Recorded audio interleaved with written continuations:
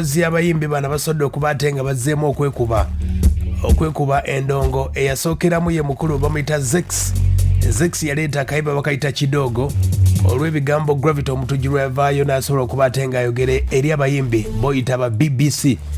Omukulu ono Gravity akyalemeddeko agamba nti bo takyabakkiriza nti webali era agamba nti bo abakyakulembedde Eddie Kenzo, David Lutalo, Shiba King Saha ne Gravity be bakyalina trend akadde kano. Mu nsonga eyo abayimbi Zex birangirangi ono nno yava mu Firebase bwe bamu abaana bava mu talent search ya ghetto bagita ghetto search yalisadizeeka moki eyo abaana abavaamu mpolampola.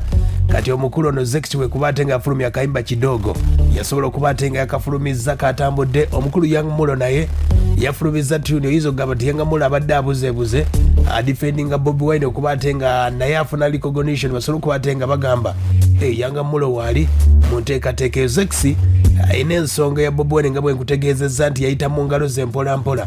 Mutabani wa Bebe kulu yakimazeeko bamuyita Allan Hendrake Sali ono nno yagenze mu studio bagiyita Mastermind yasobodde okubatenga oluyimba lwa mulembe nnyo.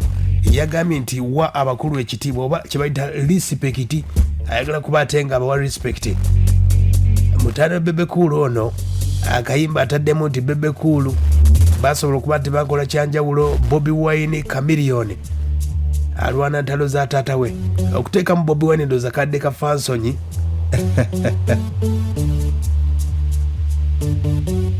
bw'oba teweerabidde mutabani wa Bebe kulu nabaddeko n'olutalo ne King Saha oluyimba lwe bayita Zaakayo yafulumya oluyimba lwe bayita Matayo ayina oluyimba lwe bayita Semanda lubadde lwa atambulidde nnyo mu ntala akadde kano abuukidde nnyo mu nnyimba ez'entalo nendoza zijjamu okubatenga abantu bategeera nti gyali mpolampola naye nga akayimba kayinawo bakayita mudo akayimba kayinawo bakayita MUDOFA yakaweereza omukulu ono yali akaaba omukulu Gravity Omutujju.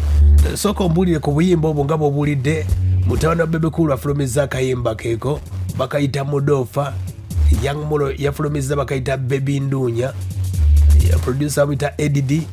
Zex yafulumizza kidogo naye endongo etambuze bwetyo. Gravity n'afulumya n'abagamba nti akayimba teweemalangamu kolansi yagimutereddemu King Saha ekitegeeza King Saha abikkiriza bino.